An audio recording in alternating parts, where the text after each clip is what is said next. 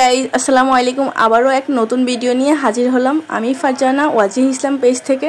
আজকে রেসিপিটা হলো কিভাবে মুচমুচে পেঁয়াজু তৈরি করা যায়। এখানে আমি পেঁয়াজুর জন্য খেসারি ডাল নিয়েছি। ডালগুলো এখন পানিতে ভিজিয়ে রাখবো 1 ঘন্টা মিনিট। ডালগুলো যখন ভিজানো হয়ে যাবে তখন আমরা এটাকে ব্লেন্ড করে নিব। এখানে বেশি পরিমাণ পানি দেওয়া যাবে না, হালকা কিছু পানি দিলে হয়ে যাবে।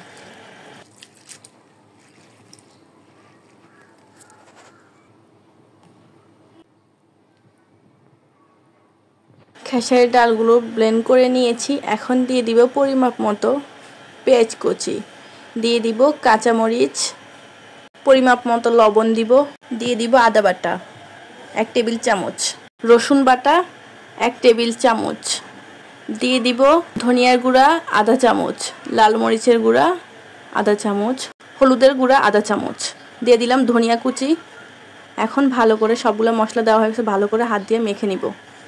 এখন প্যানে তেল বসিয়েছি পরিমাপ মতো। এখন দিয়ে দিব একে একে পেঁয়াজগুলা, আপনারা নিজেদের শেপ মতো দিবেন।